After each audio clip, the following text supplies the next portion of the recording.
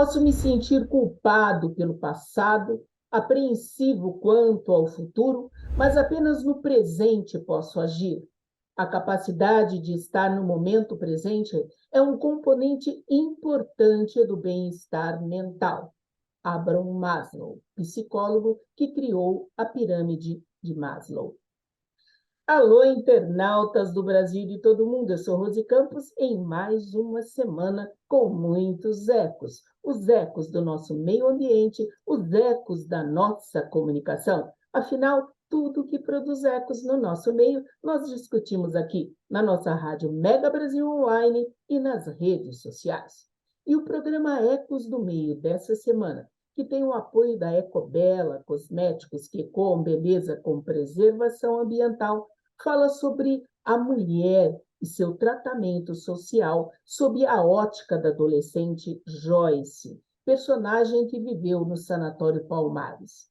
Este trabalho perpassa pela lucidez da pseudopsicose de uma menina que teve de lutar sozinha para sobreviver ao estigma da loucura e trauma da tortura, que era legitimada neste período dos anos 70. A vítima de sociedade patriarcal fora internalizada para além dos erros médicos por um simples ato de questionamento sobre o mundo que a cercava. Uma história vivida e escrita e contada por uma mulher, pela professora e escritora Cleide Regina Scarmelotto, graduada em Psicologia pela Universidade Metodista de São Paulo e pós-graduada em Literaturas de Língua Portuguesa pela Unifesp, sendo hoje professora de Educação Infantil Fundamental 1 da Prefeitura de São Paulo. Olá, Cleide, como vai? Olá, tudo bem? Como vai você? Graças a Deus, muito bem. Cleide, essa história é muito forte. É uma história que você, na realidade, hoje está revelando-a por inteiro. E para isso, você, inclusive, agora no começo de março, houve um lançamento, um segundo lançamento desse livro, que se chama Sanatório Palmares.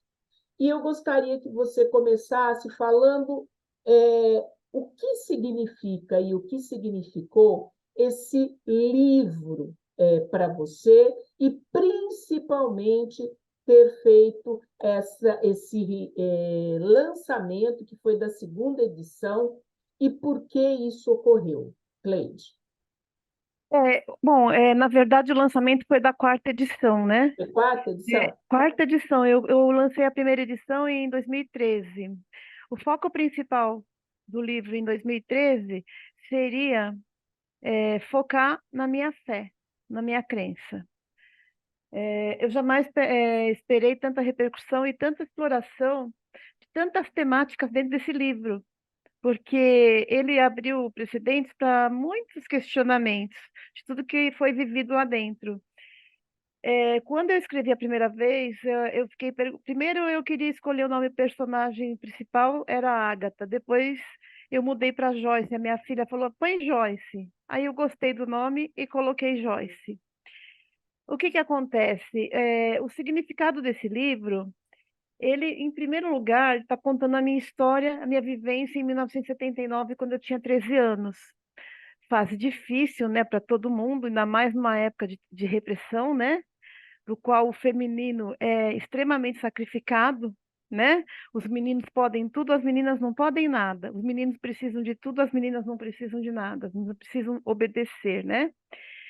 E essa época foi uma época muito dura para nós, porque a geração de hoje não tem ideia do que foi ter vivido nesse tempo. Não tem ideia. A repressão que era. Então, o que que acontece? O livro significa a minha cura. Por quê? Embora eu não fosse doente, de uma certa forma eu adoeci. Não existe uma pessoa que não tenha nada. Todos nós temos nossos altos e baixos, né? mas psicose eu não tinha. E como eu tinha muito conflito na adolescência, um médico receitou um antipsicótico e um antiepilético, e esses remédios foram confundidos com calmante, minha família não tinha conhecimento, acabou dando uma dose excessiva, e com o passar do tempo o remédio me causou um surto psicótico. A lição que eu trago disso é porque agora eu sei exatamente o que uma pessoa que tem psicose passa, porque eu vivi isso na minha pele. Então eu consigo compreender e ter empatia por essas pessoas. Graças a Deus, hoje eu não tenho. Mas isso me serviu para aprendizagem, porque quem está de fora e nunca viveu isso na pele, não tem ideia do que uma pessoa que tem um quadro de psicose está passando. A pessoa não tem ideia mesmo. Tanto que as pessoas confundem psicose com psicopatia e não tem nada a ver uma coisa com a outra. As pessoas não têm ideia. E eu tenho essa ideia a duras penas, né? E eu fui parar no Sanatório Palmares, e ali por fora era muito bonito e por dentro era horroroso.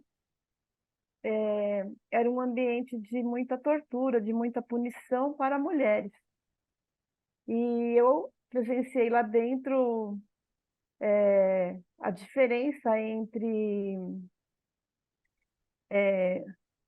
a sociedade, né, ela é muito estratificada, né? Então, nessa estratificação social, os grandes ricos nunca penam igual aos pobres, né? Os pobres, as minorias, né, elas estão sempre massacradas nesses ambientes, né?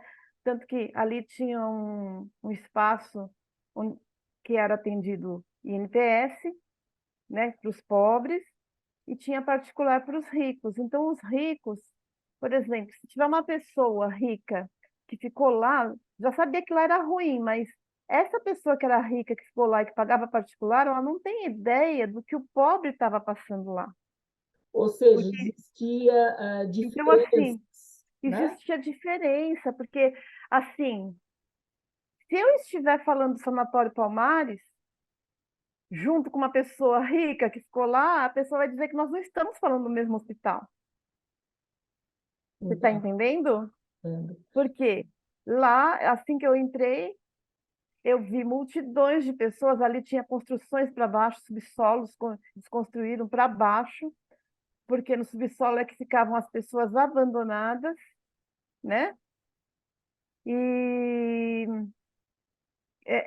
as pessoas que queriam abandonar um doente mental ou alguém que incomodasse a família muito, que tivesse algum comportamento fora do que era exigido de padrão na época, que ficava internado lá, muitas vezes a família nunca mais ia visitar e se acumulava multidões de mulheres morando no subsolo do Sanatório Palmares. E quando eu entrei lá, eu passei frio e fome, foi me tirado as roupas, eu fiquei descalça numa época de inverno, eu passei frio, eu passei medo, eu passei tudo quanto é tipo de assédio, assédio moral, assédio sexual, tudo quanto é tipo de sofrimento. Tomei 30 eletrochoques num espaço de 2 meses, eu fiquei lá só 2 meses.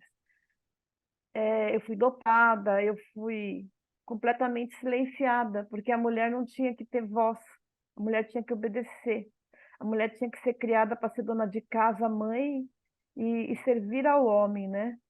Isso já era arcaico naquela época, mas ainda era assim, sabe? Já era um pensamento arcaico, já havia muitos movimentos feministas lutando contra esse tipo de pensamento patriarcal, mas se você tivesse um pensamento diferente disso, você já não era considerado uma pessoa normal.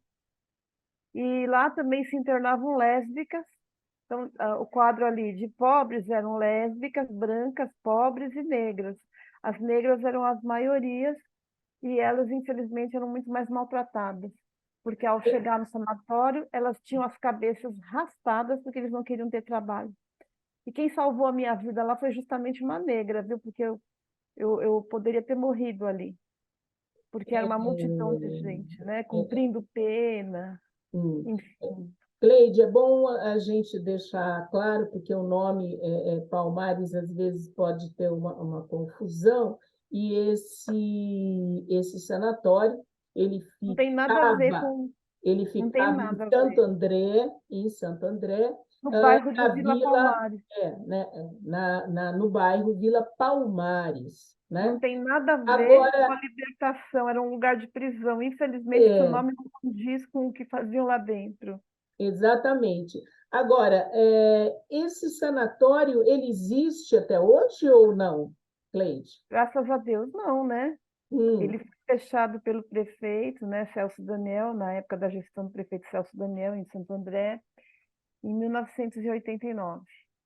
E me parece que esse local, inclusive depois do fechamento, pegou fogo e Pegou fogo.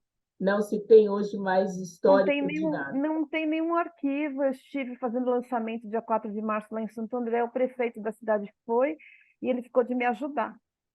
Ele Porque ficou de os me arquivos ajudar. se perderam. Agora, o que acontece, Cleide, com essa menina, com essa mulher que passa e vê tantas atrocidades? Nós estamos falando de uma época hoje, em 2023, onde a mulher ainda reivindica espaços, mas que ela vem conquistando.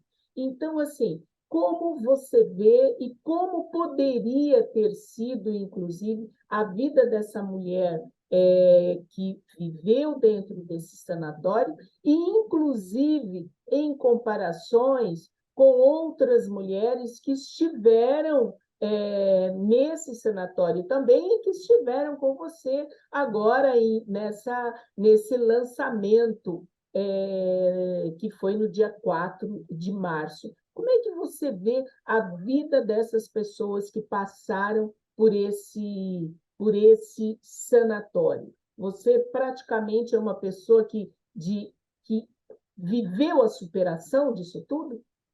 Eu, olha, por que que eu superei isso tudo? Porque depois que eu passei por lá, eu passei por muitas outras experiências ruins na minha vida.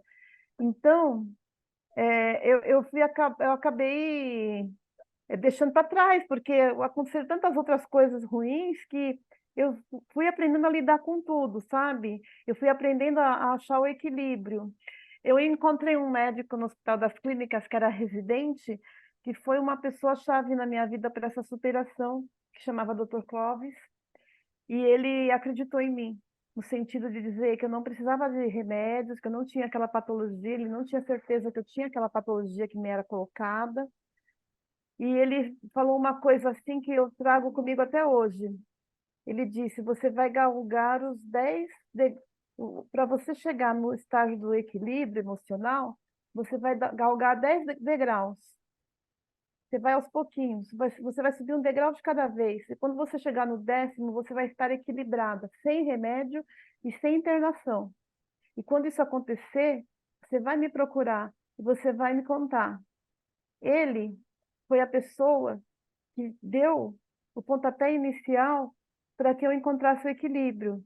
Ele foi a pessoa que me ajudou a ser essa pessoa que tem força para superar todos os problemas. Eu já enfrentei diversos problemas na minha vida, mas voltando ao assunto das mulheres que você perguntou, essas mulheres são diversas. Algumas têm patologia, outras não. Outras não tinham patologia e ficaram lá, e ficaram com sequela e ficaram com trauma até hoje e não conseguem falar desse assunto sem chorar. Mas eu te digo por quê? Porque foi a coisa pior que elas passaram na vida delas. Eu também acho que essa foi a pior experiência da minha vida. Só que como eu passei por diversas outras experiências, eu enfrentei um câncer, eu derrotei esse câncer, eu passei por diversas experiências também muito hostis, então eu acabei ficando resiliente, porque ou você. Então, um segredo da superação, o primeiro segredo da superação, e que inclusive foi esse mesmo médico do HC que me ensinou, foi fazer com que eu não tivesse pena de mim mesma. É o primeiro passo, entendeu? Não tenha pena de você, sabe? E quando ele foi embora, eu fiquei muito deprimida, porque ele ficou só 6 meses comigo. E aí eu fiquei numa depressão total e eu anotei. num papel tudo o que ele me falou e eu nunca esqueci as coisas que ele me falou e foi o que me ajudou a ser quem eu sou hoje, porque eu não tinha muito aonde me agarrar. Agora, não sei se essas mulheres tiveram um Dr. Clóvis na vida delas. Não sei, Exatamente. sabe? O que a Cleide está tentando colocar que a gente precisa assim, de ajuda, todos nós, para Todo mundo precisa. galgarmos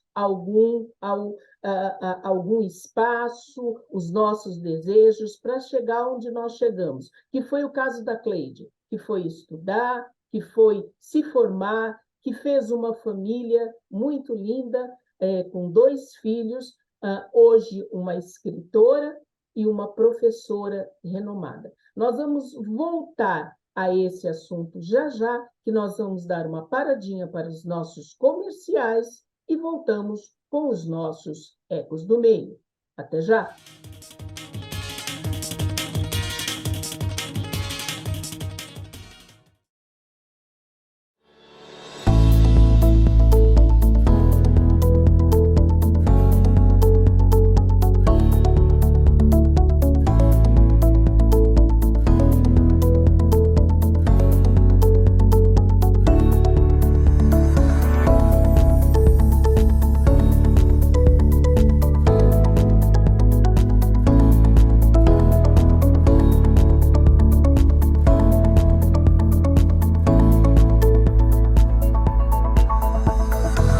Teve uma experiência muito bacana na mesa, né, levando isso para os nossos clientes, levando essa opção, né, de buscar sempre um profissional na fase de processo de recrutamento e seleção, buscar sempre, né, como uma opção um profissional que é um refugiado. E a ADUS, né, o Instituto tem um programa muito legal de reintegração dos refugiados à sociedade, né, e são profissionais que no país de origem deles eles eram administradores, engenheiros e vêm para trabalhar para o nosso mercado de alimentos e bebidas com uma qualificação muito bacana. Então, né, fica essa dica nossa, né, de sempre olhar como uma opção, porque tem muitos profissionais ali, né, que têm um know-how muito legal e trazem aquela garra, aquela vontade, aquela necessidade, e isso agregado com o know-how deles faz muita diferença. Então, né, fica aí a nossa dica para quem for contratar, sempre levar em consideração a opção de ter refugiados dentro da sua equipe. Especificamente para esse público, né, as pessoas em situação de refúgio, nós temos diversas ações afirmativas. As que eu destaco para vocês são a de recrutamento e seleção. Nosso time de recrutamento e seleção tem parceria com algumas instituições para a atração desses profissionais. Além disso, outras ações afirmativas que nós temos é participar de feiras de empregabilidade. Então, nosso time mapeia quais são as feiras de empregabilidade que tem para a inclusão de pessoas em situação de refúgio e participam para aumentar a empregabilidade dessas pessoas dentro do Carrefour. Também temos dia Ds específicos, então durante o ano, alguns dias específicos, o nosso time de recrutamento e seleção fica focado para a inclusão de pessoas em situação de refúgio dentro da empresa. Outra prática que a gente tem também se chama Empoderando Refugiadas, que é um programa com outras empresas em parceria com a Acnur e a rede do Pacto Global, em que a gente faz formação das pessoas em situação de refúgio para o mercado de trabalho.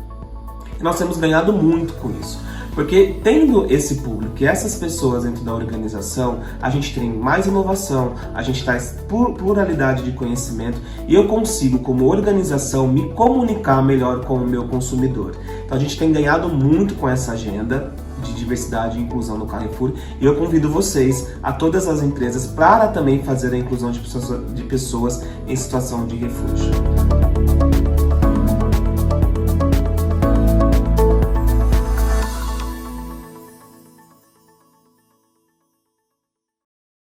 Na minha entrada, se eu tivesse uma aula dessa aqui no início, com certeza hoje eu estaria em outra situação.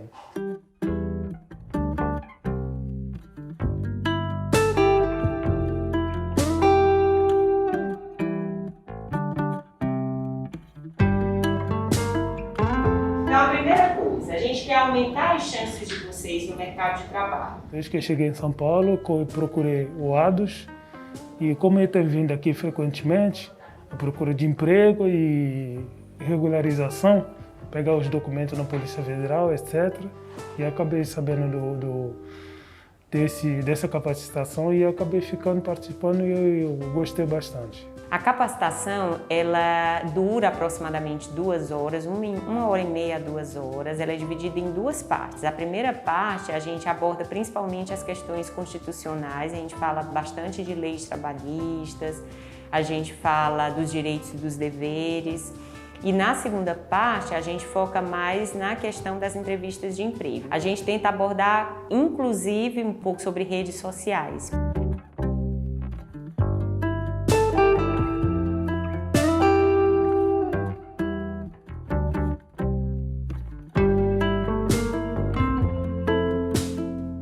Eu vi o quanto a gente é leigo nessa parte de lei trabalhista brasileira, que a gente somos estrangeiros.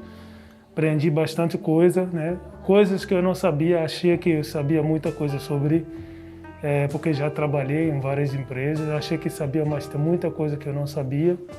E hoje eu pude tirar muitas dúvidas também. A importância da capacitação para a integração dos refugiados eu considero fundamental, porque é uma maneira deles se sentirem mais seguros no ambiente de entrevista de emprego, no ambiente profissional. Eu acho que dá a eles um pouco mais de tranquilidade na hora de reivindicar um trabalho e entrar no mercado de trabalho.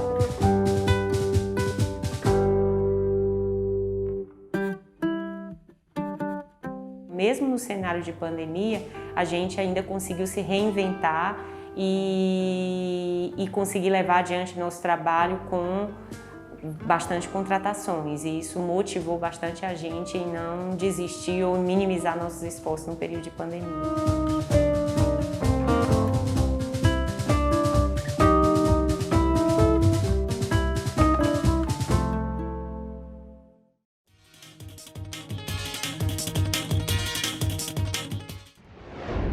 Voltamos com os nossos ecos do meio. Cleide, você estava falando de um momento muito importante dessa questão da superação e das pessoas certas na nossa vida. Ou seja, você mostra para a sociedade o que é você ter pessoas e momentos errados na vida e o que ela pode causar pelo resto da sua vida e o que é ter a pessoa certa, que às vezes com uma única palavra pode levantar como levantou uma pessoa. Portanto, Cleide, qual a maior mensagem que você deixa e que você tira, na verdade, disso tudo para uma sociedade hoje que traz tantas agendas, tantas falas em relação, inclusive, à sustentabilidade? Como é que você vê essa sustentabilidade do ser para ter neste momento? Por falar em sustentabilidade, nós estamos num momento onde, como professora, né, a gente tem na nossa escola professores, inclusive eu, fazendo horta, projeto de alimentação saudável, projeto de uso consciente dos materiais, com criancinhas de 4 a 6 anos, né? Porque é preciso. Ontem mesmo eu falei para os meus alunos, né? Vocês sabiam, um aluno jogou um livro no chão, eu falei da importância do livro, cultural, né? Filosófica, mas também que cada vez que a gente fica rasgando papel, árvores são derrubadas. E as crianças não sabiam disso. Aí eu comecei a abordar, você sabe para que serve uma árvore? Aí todos eles foram falando os conhecimentos que eles tinham, né? Para frutos, para sombra, né? Eu falei do oxigênio, enfim, né? E voltando, então, assim, a minha experiência de vida, ela trouxe muita empatia, porque a gente tem alunos neurotípicos na nossa sala, eu tenho aluno autista, alunos não laudados, eu tenho uns 2 alunos não laudados, que a gente sabe que tem alguma neurotipia, e que eu hoje tenho uma grande empatia com essas crianças. Inclusive, eu acho tão engraçado que as crianças das outras salas de aula que são autistas, elas vão para a minha sala de aula, elas fogem para a minha sala de aula, e quando eu vejo, elas estão sentadinhas lá, das outras professoras. Ontem a outra professora falou, mas o que que eu faço? A minha aluna só quer ficar com você. Eu falei, deixa ela ficar um pouco comigo, a gente se entende aqui. Eu acho que elas sabem que eu entendo o que elas estão passando, o que elas estão sentindo, porque quando você está num estado psicótico, você também fica num estado de autismo. E eu entendo perfeitamente o que é que aquelas crianças estão sentindo. Eu falo para elas, eu sei que você não gosta que eu toque seu corpo, eu sei o que você sente, eu sei que você se sente mal. Então eu vou explicando para a criança não sabe falar, mas ela ouve e ela entende. E ela percebe que ela é compreendida profundamente. Então a minha experiência de vida, a lição que eu trago disso, é que essa experiência eu uso para ajudar outras pessoas, né? Que nós temos que, eu acho que é importante sim, a família, acho que a família é a coisa mais importante que tem nesse mundo, a nossa família, né? E que nós não podemos, a gente tem que lutar contra a opressão da mulher, do patriarcado, porém a gente não vai lutar contra a família, porque a família é tudo, né? É tudo para nós. A gente não vai sair pelo mundo, né, vivendo uma inconsequente poligamia. A gente, a gente tem que lutar por valores, valores que realmente estruturem uma sociedade. E esses valores incluem tudo, inclusive a sustentabilidade, o respeito, a empatia, o amor, tudo isso importa, sabe?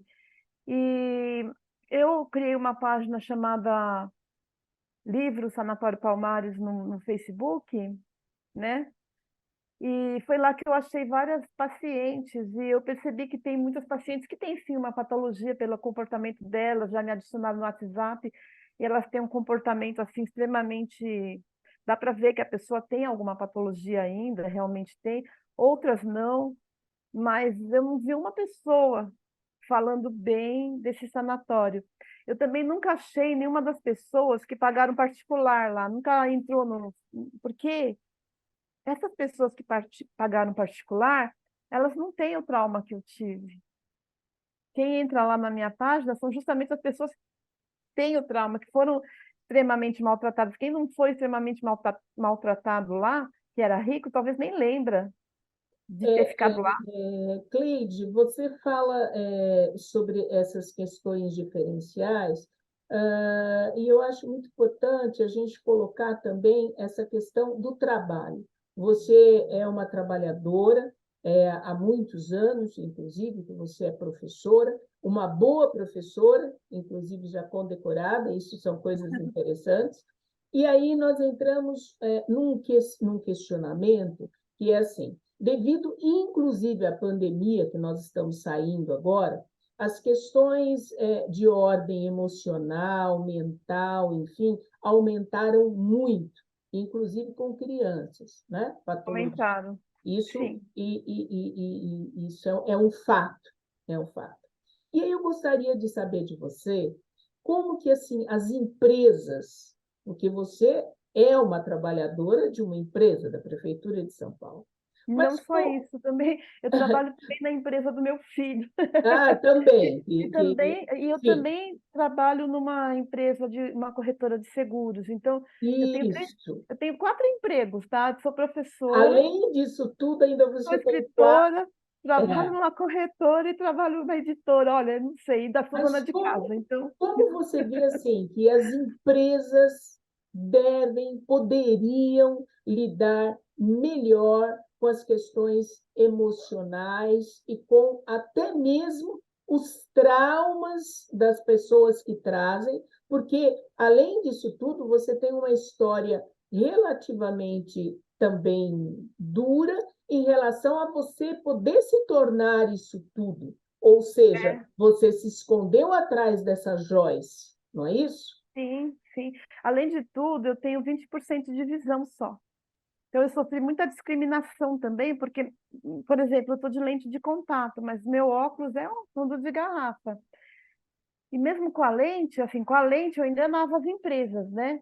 Mas quando eu ia trabalhar, as pessoas percebiam que eu não enxergava 100%, não enxergo. A melhor correção eu enxergo 20%. E eu sofri, sim, muita discriminação para chegar onde eu cheguei. Mas pois é, aquilo que eu te falei, sabe? Aquele médico que eu conheci no Hospital da Clínica, que era só um residente, hein? Ele me deu essa força que eu tenho hoje. E ele nem sabe, ele nem tinha ideia disso, Ou sabe? seja, ou seja, o que você passa em relação às Em empresas relação a tudo, é empresa, o tudo, contato, ou seja, como as pessoas chegam às outras e como elas são sensibilizadas e conseguem ter um tratamento mais humanizado, cada um com as suas diferenças. Seria isso? sim. Sim, hoje em dia existe muita campanha contra o assédio moral, né? Então, hoje em dia, por mais que as pessoas queiram discriminar as outras pessoas, existe uma defesa em relação a quem sofre de problemas emocionais. O deficiente dentro da empresa é tratado como um zero à esquerda, sabe? Às vezes a empresa é obrigada a contratar um deficiente, porque senão ela leva multa, mas quando ele chega lá, eles dão os piores serviços para o deficiente, põe para fazer arquivo, né? Enfim, é uma luta ainda, né? Mas as empresas e todas as modalidades de trabalho, tanto o setor público quanto o privado, precisam investir, né, no profissional de psicologia, também no profissional de pedagogia, que hoje a pedagogia ela também tem uma função lúdica e agregadora, né, dentro das empresas, não é só o psicólogo, né? Mas é preciso investir em recursos humanos e em prevenção, né? Tem empresas que fazem exercício de relaxamento antes do funcionário trabalhar, tem empresas que fazem dinâmicas de grupo, que fazem de vez em quando alguns treinamentos para ajudar isso, que encaminham o funcionário para tratamento. Tem empresas que ainda estão engatinhando nesse setor aí de humanidade, né? Mas é preciso, porque, olha só, Rose, se eu fosse me entregar ao sofrimento, à depressão, à negatividade. Se eu fosse pensar, eu nunca vou conseguir, porque eu já tenho idade. Por quê? Eu me formei com 47 anos, eu fiz 57 anos, dia 22 de março. Faz 10 anos que eu sou formada. Nesse inteirinho, eu já fiz 2 pós-graduação e estou me formando em psicanálise. Então, eu não pensei que eu estava velha e que eu não podia. Eu não pensei que eu não fosse conseguir. Eu lutei muito para chegar até aqui. Eu sempre trabalhei. Desde os meus 16 anos, quando eu saí do Hospital das Clínicas, foi lá que eu fui fazer o tratamento aí para curar mais ou menos meus traumas do Sanatório Palmares. E eu comecei a dar meus primeiros passos no mundo do trabalho, comecei a recuperar os meus estudos. Eu não tinha lá grandes apoios, nem grandes recursos, mas uma coisa é certa, eu pensei que eu podia conseguir, sim, não importava o tempo. Casei cedo, tive 2 filhos, sempre trabalhei, mesmo depois de casada, né, com ensino médio só, já trabalhei em várias empresas, já fiz vários trabalhos.